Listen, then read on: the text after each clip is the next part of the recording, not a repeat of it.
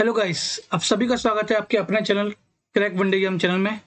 आज हम बात करेंगे परसेंटेज की क्लास 12 की, जिसमें हम बात करेंगे चॉइस बेस्ड क्वेश्चंस की। जो भी पहली बार हमारे चैनल में आए हैं, मैं उन्हें बता दूं कि मैं कंपटीशन एग्जाम के लिए मैथ्स पढ़ा रहा हूं, जिसमें मैं चीज़ों को बेसिक से लेकर डिटेल्स तक ले जा रहा हूं। ये परसेंटेज की हमारी 12वीं और कॉन्सेप्ट वाइज आखिरी क्लास है। जिन्होंने भी नहीं देखी है शुरू से क्लास परसेंटेज की, ऊपर आई बटन पे एक लिंक क्लिक होगा, अब वहां से जाके परसेंटेज की क्लास 1 से लेकर 11 तक आप सभी देख सकते हैं। अब मैंने उसका लिंक डिस्क्रिप्शन बॉक्स में भी दे दिया है। चलिए शुरुआत करते हैं आज की क्लास की।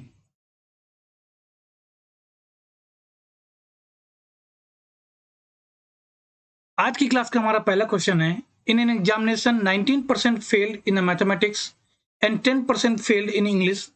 If the total student failed in the both subject are 7%, then what is the total percentage pass percentage student in the both subject. Question में ये कह रहा है, एक परीक्षा में 19% छात्र गणित में अनुत्तीर्ण हुए, 10% छात्र अंग्रेजी में अनुत्तीर्ण हुए। दोनों विषयों में अनुत्तीर्ण छात्र कुल 7% है, तो हमें दोनों विषयों में कुल उत्तीर्ण छात्रों का परसेंट निकालना है। इस टाइप के क्वेश्चंस में कभी आपसे कह देता है कि कुछ लोग कॉफी पसंद करते हैं, कुछ लोग चाय पसंद करते हैं, कुछ लोग दोनों पसंद करते हैं। तो हमें बताइए कि दो ऐसे कौन से लोग हैं जो दोनों नहीं पसंद करते हैं। तो इस टाइप के क्वेश्चंस में लैंग्वेज चेंज कर दी जाती है, बाकी जो कॉन्सेप्ट रहता है उनका सेम ही रहता है। कभी कभी आपको उसी एग्जांपल में काव और बफेलो का भी दे सकता है कि कुछ लोगों के पास काव है, कुछ के पास बफेलो है, कुछ के पास दोनों है। तो हमें बताइए कितनों के पास दोनों नहीं है। इन सब टाइप के क्वेश्चंस को हम चॉइस बेस्ड क्वेश्चन कहते हैं, जिन्हें हम पूरा डिटेल्स में समझेंगे। जिन्होंने भी मुझे शुरू से देखा है, मैं सबसे पहले किसी भी कॉन्सेप्ट का पहले बेसिक बताता हूँ, फिर उसके बाद मैं ट्रिक्स पे जाता हूँ। तो पहले हम इसका पूरा बिल्कुल डिटेल से बेसिक समझेंगे। चलिए शुरू करते हैं। अगर आप देखेंगे तो कोई भी एग्जाम अगर जिसमें 2 सब्जेक्ट है, उसमें 4 चीज ही हो सकती है। वो कौन कौन सी चीजें हैं मैं देखिए। या तो वो मैथ ओनली मैथ में पास होगा। अभी मैं आपको क्वेश्चन नहीं बता रहा हूँ, अभी आपको मैं क्वेश्चन का बेसिक समझा रहा हूँ। उसके बाद क्वेश्चन तो एक लाइन का है, मैं वो आपको तुरंत बता दूंगा, लेकिन बेसिक समझना बहुत जरूरी है। तो क्या होगा, ओनली मैथ में पास। अगर 2 सब्जेक्ट की बात की जा रही है तो ओनली मैथ में पास या ओनली इंग्लिश में पास होगा, या मैथ और इंग्लिश दोनों में पास,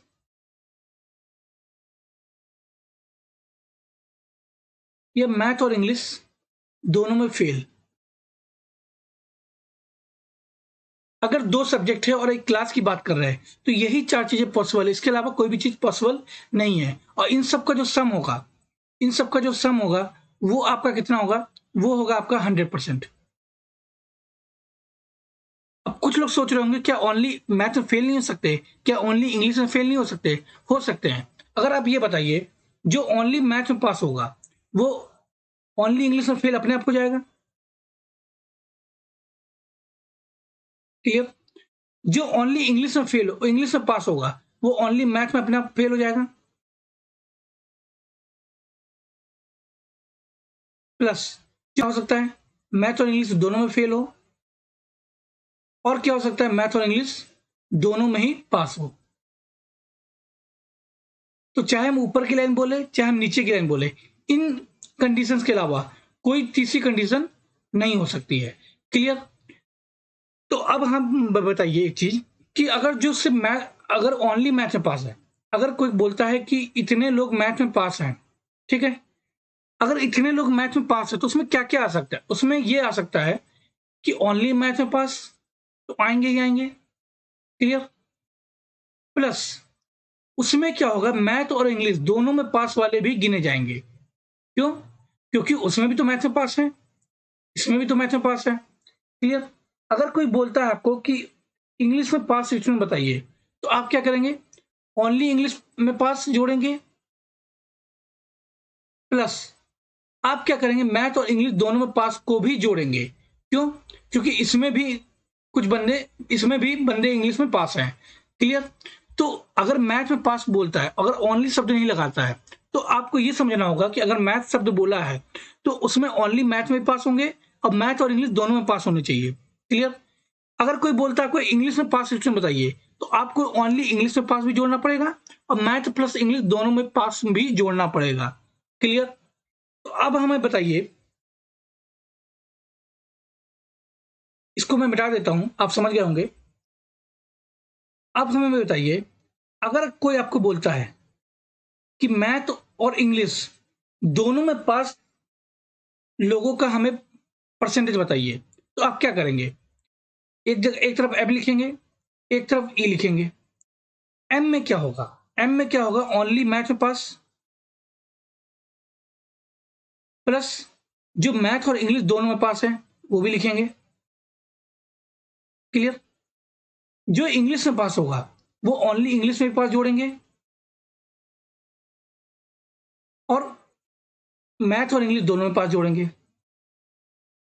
तो हमने देखा कि मैथ और इंग्लिश में पास इधर भी आ गया और इधर भी आ गया, तो हम इधर भी दोनों तरफ आ गया, तो हम कोई भी वैल्यू दो नहीं चाहेंगे, हम एक ही वैल्यू चाहेंगे। तो हम क्या कर देंगे, मैथ में पास तो निकालेंगे ही, एक हम माइनस कर देंगे, आपका मैथ और इंग्लिश में पास एक माइनस कर देंगे। क्लियर? तो हम इसका फॉर्मूला क्या बना देंगे, m plus E minus m plus E पास। क्लियर? तो अगर ये जो फॉर्मूला पढ़ते हैं आप, ए इंटरसेक्शन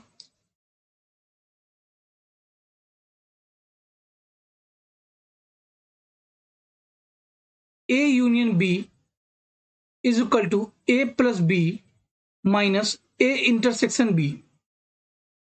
क्लियर? ए और बी दोनों में जो पास होंगे वो ए में पास प्लस बी में पास, और हमने यहाँ पे दो वैल्यू आ रही थी इसलिए हमने एक वैल्यू माइनस कर दी। तो एम प्लस ई मतलब कि ए इंटरसेक्शन बी, मतलब इंटरसेक्शन मतलब होता है दोनों में कॉमन। तो हमारा ये जो फॉर्मूला होता है ये यहां से निकल के आता है। क्लियर? ये फॉर्मूला मैं चाहता तो आपको डायरेक्ट ये फॉर्मूला बताता है और आपको आंसर करा देता है, लेकिन मैं हर चीज की बेसिक में जाता हूँ कि ये फॉर्मूला आया कहां से। तो मैंने आपको ये फॉर्मूला बताने की कोशिश की है। क्लियर? अब आप देखिए इस क्वेश्चन को एक लाइन में कैसे सॉल्व करेंगे, चलिए देखते हैं। इस क्वेश्चन को हम दो तरीके से करेंगे। एक तो आपका जो फॉर्मूला बेस्ड होता है, हम आपको बताएंगे वेन डायग्राम के। तो पहले हम देखते हैं वेन डायग्राम के थ्रू। तो हम दो वेन डायग्राम बनाते हैं, एक सर्कल बनाते हैं मैथ के लिए, एक सर्कल बनाते हैं हम इंग्लिश के लिए। क्लियर? ये जो सर्कल है वो मैथ में फेल छात्रों का है, ये जो सर्कल है वो इंग्लिश में फेल छात्रों का है।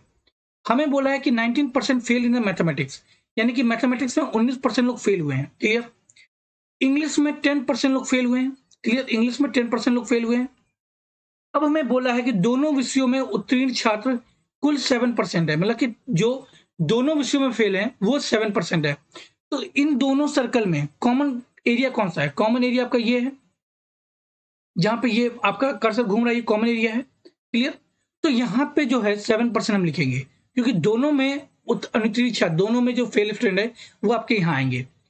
अब मैथ में जो अनुत्तीर्ण छात्र टोटल 19% थे, ये जो पूरा सर्कल था ये मैथ में अनुत्तीर्ण छात्रों का था, मैथ में फेल छात्रों का था। 7% ऑलरेडी हम लिख चुके हैं, तो बचा कितना? 19 में 7 घटाएंगे 12% आ गया। क्लियर? इंग्लिश में टोटल ओवरऑल जो फेल थे वो 10% थे, तो ये आपका कितना आ गया? 10 में 7 माइनस करेंगे यानी कि 3% आ गया। क्लियर? तो अगर आप बात करें, अगर समझना चाहें तो क्या होगा कि ये जो 12% है ये ओनली मैथ में फेल है। क्लियर? ये जो 3% है वो ओनली इंग्लिश में फेल है, और ये जो 7% है वो मैथ और इंग्लिश दोनों में फेल है। तो अगर हम देखें कि ओवरऑल मैथ और इंग्लिश में कितने लोग फेल हैं, तो आपने देखा 12% प्लस 7% प्लस 3%। क्लियर? तो 12 और 7 19 और 3 22% कहीं ना कहीं दोनों में फेल है। तो 22% कहीं ना कहीं दोनों में फेल है, तो हमें उत्तीर्ण छात्रों का प्रतिशत निकालना है। तो 100 में हम 22 माइनस कर देंगे, यानी कि आपके पास 78% जो है वो उत्तीर्ण छात्रों का प्रतिशत आ जाएगा।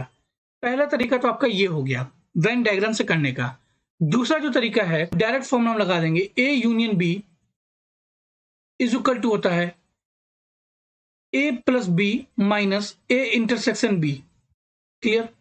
हमें दोनों में कुल मिला के अनुत्तीर्ण छात्रों का प्रतिशत का निकालना है। तो हमें निकालना होगा ए में जो कितने फेल हैं, ए में कितने फेल है 19%, बी में कितने फेल है 10%, दोनों में कितने फेल हैं वो हम माइनस कर देंगे यानी कि 7%।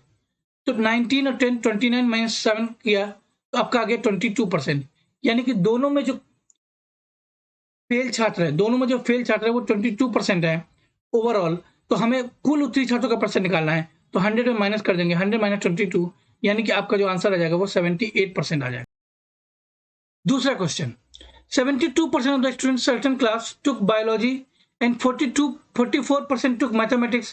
If each student took at least one subject from biology or mathematics and 40 took both, then total number of students in the class is। एक निश्चित कक्षा में 72% छात्रों ने जीव विज्ञान लिया और 44% छात्रों ने गणित लिया। प्रत्येक छात्र ने जीव विज्ञान या गणित से कम एक विषय लिया हो और 40 ने दोनों को लिया, तो कक्षा में कुल छात्रों की संख्या बतानी है। अब हमें आप बताइए कि 72% छात्रों ने जीव विज्ञान लिया, यानी 72% लोगों ने बायोलॉजी लिया, क्लियर। 44% ने मैथ लिया, 44% ने मैथ लिया। अगर हम इसे ऐड करेंगे तो आपका जो आएगा 4 2 6 7 4 116 आ गया, क्लियर। अब आपने देखा कि 100 तो ओवरऑल जो स्टूडेंट होंगे वो 100% ही होंगे। ये जो 16% ज्यादा आया है, ये 16% ज्यादा क्यों आया है? क्योंकि उन दोनों में जो कॉमन होंगे वो आपका 16% आया। मतलब ये जो 16% ज्यादा आया है वो क्यों ज्यादा आया है? हमें क्वेश्चन ने बोला है प्रत्येक छात्र ने जीव विज्ञान या गणित में से कम एक सब्जेक्ट तो लिया है, मतलब कि बायो और मैथ में से कम एक सब्जेक्ट तो लिया ही लिया गया है। ये जो 100% से ज्यादा आया है, इसका मतलब ये हुआ कि 16% लोगों ने बायो प्लस मैथ दोनों लिया था, बायो प्लस मैथ दोनों लिया था। और क्वेश्चन के अकॉर्डिंग 40 लोगों ने दोनों लिया है, तो 16% बराबर है 40 के। और हमें निकालना है कि ओवरऑल स्टूडेंट कितने थे, यानी कि 100% की वैल्यू निकालनी है। तो हम कैसे निकालते हैं? जो दिया होता है उसे हम नीचे लिखते हैं, जो हमसे पूछते हैं उसे हम मल्टीप्लाई करते हैं। इसे हम जब सॉल्व करेंगे, ये 4 से गया 10 टाइम्स, 4 टाइम आ गया, ये 4 से गया 25 टाइम्स, तो 25 में 10 का मल्टीप्लाई किया तो हमारे पास जो स्टूडेंट की संख्या आ गई वो आ गई 250, क्लियर। तो इस टाइप के क्वेश्चंस को हम ऐसे अप्रोच करते हैं। चलिए देखते हैं अगला क्वेश्चन। अगला क्वेश्चन हम देखते हैं। अगला क्वेश्चन ये दिया है, in an examination 80% student in physics, 70% student chemistry got passed, whereas 15% got failed in both subject. If the number of students who got passed in both exams 325, then find the number of students who took the examination. एक परीक्षा में भौतिकी में 80% छात्र और रसायन विज्ञान में 70% छात्र उत्तीर्ण हुए, जबकि दोनों में 15% छात्र अनुत्तीर्ण हो गए। यदि दोनों परीक्षाओं में उत्तीर्ण होने वाले छात्रों की संख्या 325 है, तो हमें बताना कि ओवरऑल कितने स्टूडेंट लोगों ने परीक्षा दिया। अभी जो हमने एक फॉर्मूला पढ़ा था ए यूनियन बी वाला, A plus B minus A intersection B, ये फॉर्मूला हम तभी लगाते हैं जब एक ही चीज आपको दी गई हो, एक ही चीज आपको दी गई, या तो पास पास दिया हो सबका या फेल और फेल दिया हो सबका। हमने देखा कि 80% छात्र पास दिए हैं भौतिकी में, रसायन विज्ञान में दिए हैं 70% छात्र पास दिए हैं, लेकिन दोनों विषयों में जो है आपको अनुत्तीर्ण का प्रतिशत दिया है, ना कि पास का प्रतिशत दिया है। तो आप क्या करेंगे, या तो इन दोनों को फेल में चेंज कर लीजिए या ओनली इसको पास में चेंज कर लीजिए। हम इन सबको फेल में बदल लेंगे। अगर फिजिक्स में 80% छात्र पास हुए हैं तो इसका मतलब 20% छात्र फेल हुए हैं। इसी प्रकार केमिस्ट्री में अगर 70% छात्र पास हुए हैं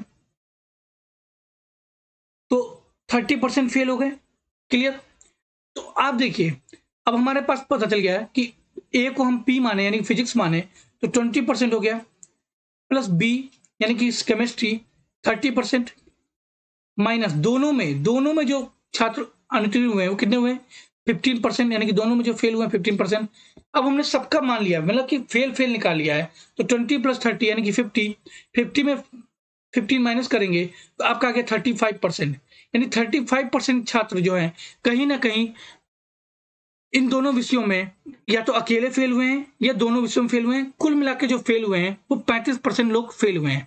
35% लोग अगर फेल हुए हैं तो 65% लोग जो हैं वो पास हुए हैं, क्लियर। 65% की वैल्यू हमें दी हुई है 325, हमें निकालना है ओवरऑल स्टूडेंट यानी कि 100% की वैल्यू निकालनी है। तो हम यहाँ निकाल लेते हैं 325/65 × 100, अगर हम 13 से डिवाइड करें, 13 5 जा 65, 13 2 जा 6, 13 2 जा 26, 65 यानी 25 टाइम्स गया, यहाँ 5 से गया 5 टाइम्स हो गया, तो आपका आंसर आ गया 500, यानी कि टोटल नंबर ऑफ जो स्टूडेंट जिन्होंने एग्जाम दिए थे वो आपके हो गए 500। क्लियर, समझ में आ गया? तो ये फॉर्मूला हम तभी लगाएंगे, या हम वेन डायग्राम तभी लगाएंगे जब तीनों में या तो पास परसेंटेज दिया हो या फेल परसेंटेज दिया है। अगर नहीं दिया है तो हम उसको कन्वर्ट करके उसे वैसे बना लेंगे। क्लियर, चलिए बढ़ते हैं अगले क्वेश्चन में। अगला क्वेश्चन है 70% can speak in English in a group of students and 65% can speak in Hindi. If 27% of these students cannot speak either of the language, then what percent of the student can speak both language? छात्रों के समूह में 70% अंग्रेजी बोल सकते हैं, 65% हिंदी में बात कर सकते हैं। इनमें से 27% छात्र किसी भी भाषा में बात नहीं कर सकते हैं, तो कितने परसेंट छात्र दोनों भाषा में बोल सकते हैं? इस क्वेश्चन को वैसे देखिए, अब आपने देखा कि 70% छात्र अंग्रेजी में बोल सकते हैं, कैन स्पीक दिया हुआ है। 60% छात्र हिंदी में बोल सकते हैं, कैन स्पीक इन हिंदी दिया है, लेकिन 27% छात्र किसी भी भाषा में बात नहीं कर सकते हैं, यानी कि 27% कैन नॉट दिया हुआ है। तो हमें इस कैन नॉट को कैन में बदलना होगा या इस कैन को कैन नॉट में बदलना होगा। यानी कि अगर आप दूसरे भाषा में बोले, अगर यहाँ पे कैन स्पीक की जगह पास दिया होता है, कैन नॉट की जगह फेल दिया होता है, तो हम पास या तो सभी को फेल में बदलते हैं या सभी को पास में बदलते हैं। यानी कि तीनों को हमें सेम चीज में बदलना होगा। यानी कि अगर 70% कैन स्पीक दिया है और 65% कैन स्पीक दिया है, तो हमें इसे भी कैन में बदलना होगा, यानी कि नॉट हटाना होगा। क्लियर, तो 27% कैन नॉट दिया हुआ है, तो 27% can not in speak either of the language. तो हमारा इसका मतलब हुआ कि 100 में 27 माइनस करेंगे, यानी कि 73% जो होगा वो can speak either of the language होगा। अब हम आसानी से कर सकते हैं, तो हमें पता है कि फॉर्मूला क्या होता है। फॉर्मूला अगर आपको याद हो गया है तो 70% प्लस 65%, और हम माइनस कर देंगे कॉमन, यानी कि माइनस 73%। क्लियर, तो 5 7 और 6 आ गया 135 माइनस 73, यानी कि आ गया 5 और 3 2 और 13 और 7 62। क्लियर, आपका आ गया 62% जो छात्र हैं वो कहीं ना कहीं दोनों में बात कर सकते हैं। क्लियर, तो ये आपका आंसर आ गया। समझ गए आप? तो जब भी आपको इस टाइप का क्वेश्चन दे तो आपको किसी एक चीज में आपको चेंज करना होगा। अब यहाँ पे हमने कैन में चेंज किया है और हमें बोला है कैन का ही पूछा है, तो हम 100 में माइनस नहीं करेंगे। अगर हम इन सबको कैन नॉट में बदल लेते, जो हमारा यहाँ पे आता है उसे हमें 100 में माइनस करना पड़ता है, क्योंकि हमें कैन का आंसर पूछा है। क्लियर हो गया आप लोग को? चलिए देखते हैं नेक्स्ट क्वेश्चन। अगला जो क्वेश्चन है वो 3 पे है। अभी तक हम बात कर रहे थे दो चॉइसेस की, ये तो मैथ, इंग्लिश, या कैन नॉट। अब हम बात करेंगे 3 चॉइसेस की, जहां पे 3 आपको टर्म्स दिए जाएंगे। चलिए देखते हैं अगला क्वेश्चन, पढ़ते हैं। बड़ा क्वेश्चन है, in an examination 40% student fail in mathematics, 50% of the student fail in English, 30% of student fail in Hindi. If 25% of the student fail in mathematics and English, 15% of the student fail in English and Hindi, and 22% of the student fail in mathematics and Hindi, and 13% of student fail in all the 3 subjects. Find the percentage of student who passed in all 3 subjects. आपने question पढ़ लिया होगा, फिर भी मैं आपके लिए पढ़ देता हूँ हिंदी में। एक परीक्षा में 40% छात्र गणित में अनुत्तीर्ण हुए, 50% छात्र अंग्रेजी में अनुत्तीर्ण हुए, 30% छात्र हिंदी में अनुत्तीर्ण हुए, 25% छात्र जो गणित और अंग्रेजी दोनों में अनुत्तीर्ण हुए, 15% छात्र अंग्रेजी और हिंदी दोनों में अनुत्तीर्ण हुए, 22% छात्र गणित और हिंदी दोनों में अनुत्तीर्ण हुए, 13% छात्र तीनों विषयों में अनुत्तीर्ण हुए। तो तीनों विषयों में उत्तीर्ण छात्रों का परसेंट निकालना है। इसका जो सबसे बेस्ट मेथड है वो अगर देखा जाए तो वेन डायग्राम है। तो वेन डायग्राम से इसको कैसे करेंगे, 3 सर्कल बनाएंगे, क्योंकि यहाँ पे मैथ, इंग्लिश और हिंदी है, तो हमने 3 सर्कल ड्रॉ किए। मैथ की एक सर्कल ड्रॉ की, एक सर्कल ड्रॉ किया हमने इंग्लिश का, और एक सर्कल हमने ड्रॉ कर दिया हिंदी का।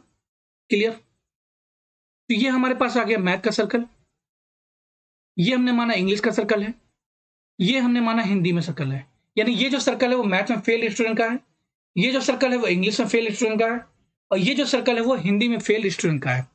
हमें बोला है कि 40% जो छात्र हैं वो मैथ में फेल हुए हैं, तो 40% आपका यहाँ पे आएगा, इंग्लिश में 50% हुए हैं, क्लियर, और हिंदी में आपके 30% फेल हुए हैं, क्लियर।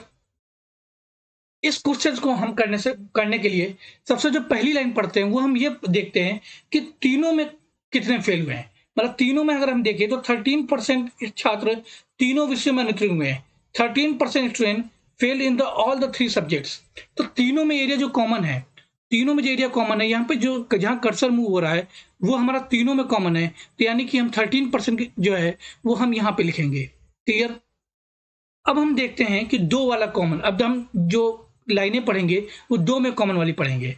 यानी पहली लाइन जो देखेंगे आप, तो 25% जो स्टूडेंट हुए हैं वो गणित और अंग्रेजी दोनों में अनुत्तीर्ण हुए हैं। यानी 25% जो है वो इंग्लिश और मैथ दोनों में फेल हुए हैं। तो इंग्लिश और मैथ का जो कॉमन एरिया है वो कौन सा है? इंग्लिश और मैथ का जो कॉमन एरिया है, आप देखेंगे ये पूरा इंग्लिश और मैथ का कॉमन एरिया है, क्लियर। इसमें से 13% तो आप पहले लिख चुके हैं, तो आपके पास बचा कितना? आपके पास 25 में 13 माइनस कर देंगे, यानी कि 12 बचा, क्लियर। अब नेक्स्ट लाइन में पढ़ते हैं कि 15% छात्र इंग्लिश और हिंदी दोनों में अनुत्तीर्ण हुए हैं। यानी कि 15% जो छात्र हैं वो, ये देखिए 15% ऑफ स्टूडेंट जो हुए इंग्लिश और हिंदी दोनों में फेल हुए हैं।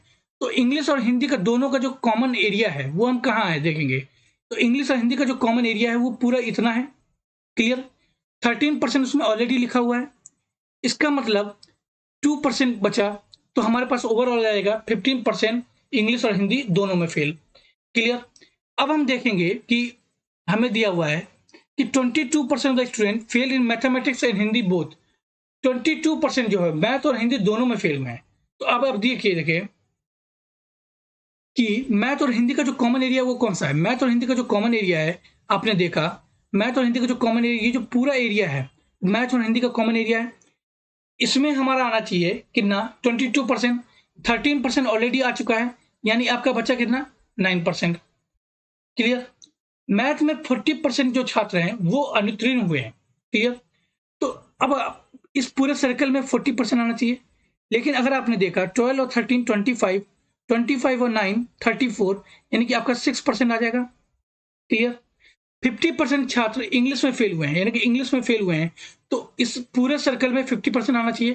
तो आपका देखेंगे 12 और 13 25, 25 और 2 27, यानी कि 23% यहाँ पे आएगा। 50 में अगर माइनस करेंगे 27 को, इस पूरे सर्कल में 30% आना चाहिए। तो आप देखेंगे 13 और 9 22, 22 और 2 24 ऑलरेडी आ चुका है, यानी आपके पास बचा कितना? 6% बचा। इन सबको जोड़ लेंगे तो आपके पास ओवरऑल जो फेल स्टूडेंट है, वो जो किसी ना किसी सब्जेक्ट में फेल हुए हैं, वो आपके पास आ जाएगा। तो आप देखेंगे 6 और 12 18, 18 और 23 आपके पास आ जाएगा 41, 41 और 13 54, 54 और 2 56, 56 और 6 62, 62 और 9 71। जो 71% है वो आपके फेल आ गए। तो आपको बताना है कि जो तीनों विषयों में जो उत्तीर्ण छात्र है, तीनों विषयों में जो उत्तीर्ण छात्र है वो कितना हो जाएगा? 100 में 71 माइनस कर देंगे तो आपका आंसर आ जाएगा 29%, क्लियर। पहला तरीका तो ये हो गया वेन डायग्राम से। दूसरा तरीका है, अगर आपको एक फॉर्मूला अगर आप याद कर लेते हैं तो आपका जो आंसर है वो 1 लाइन में आ जाएगा। आपको उस फॉर्मूला को याद करना नहीं है, 2-3 बार देखेंगे आपको आसानी से याद हो जाएगा। मैं बता देता हूं, नहीं तो आप वेन डायग्राम से भी जा सकते हैं। चलिए उस फॉर्मूले को देखते हैं। A union B union C is equal to A plus B plus C minus A intersection B minus B intersection C minus C intersection A plus A intersection B intersection C. अगर इस फॉर्मूले का आपको basic जानना है तो आप comment में बता दीजिए, मैं अगले 1-2 वीडियो में आपको इसका बेसिक भी बता दूंगा। फिलहाल के लिए आप ये फॉर्मूला याद कर लीजिए। अच्छा, कैसे अप्लाई करते हैं मैं आपको बता देता हूँ। यहाँ पे हम मान लेते हैं ए जो है वो हमारा मैथ है, बी जो है हमारा वो इंग्लिश है, और सी जो है वो हमारा हिंदी है, क्लियर। तो 40% छात्र मैथ में अनुत्तीर्ण हुए, यानी कि ए बराबर दिया है 40%, 40। बी 50% छात्र इंग्लिश में फेल हुए, यानी कि बी बराबर दिया है 50। 30% छात्र हिंदी में अनुत्तीर्ण हुए, यानी कि सी में फेल हुए, यानी कि सी बराबर दिया है 30। ए इंटरसेक्शन बी, यानी कि मैथ और इंग्लिश दोनों में जो फेल हुए हैं वो कितने हुए हैं वो हम माइनस करेंगे। दोनों में मैथ और इंग्लिश में अगर देखेंगे तो 25% दिया हुआ है, तो -25। Minus B intersection C. तो बी इंटरसेक्शन सी यानी कि इंग्लिश और हिंदी दोनों में जो फेल दिया हुआ है वो दिया है आपका 15%। क्लियर? तो हम 15 लिख देंगे। सी इंटरसेक्शन ए यानी कि मैथ और हिंदी और मैथ में जो फेल स्टूडेंट हुए हैं वो कितना दिया है आपका 22% दिया हुआ है, तो हम यहाँ लिख देंगे 22। इसके बाद A intersection B intersection C को हमें ऐड करना है, यानी कि तीनों में जो फेल हुए हैं वो कितने 13% है, उसे हम ऐड कर देंगे। जब आप इसे सॉल्व करेंगे तो आपका जो आंसर आएगा वो जो सॉल्व करेंगे तो 71% आएगा, यानी 71% जो है वो कहीं ना कहीं किसी न किसी सब्जेक्ट में फेल हुए हैं। हमें निकालना है पास का प्रतिशत, तो 100 में 71 माइनस कर देंगे तो आपका जो आंसर आ जाएगा वो कितना आ जाएगा, 21% आ जाएगा। क्लियर?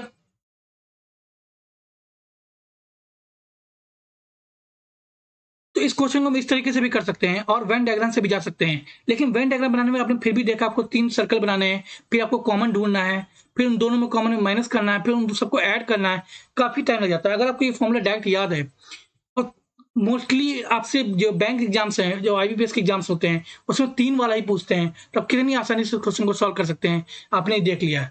तो ये थी आज की हमारी क्लास। आपको पसंद आई तो लाइक कीजिए और अभी तक चैनल को सब्सक्राइब नहीं है तो सब्सक्राइब जरूर कर दीजिए, बेल आइकन को दबा दीजिए ताकि आपके पास नोटिफिकेशन पहुंचती रहे, और पसंद आई तो शेयर भी करते रहिए। चलिए मिलते हैं नेक्स्ट क्लास में। Thank you.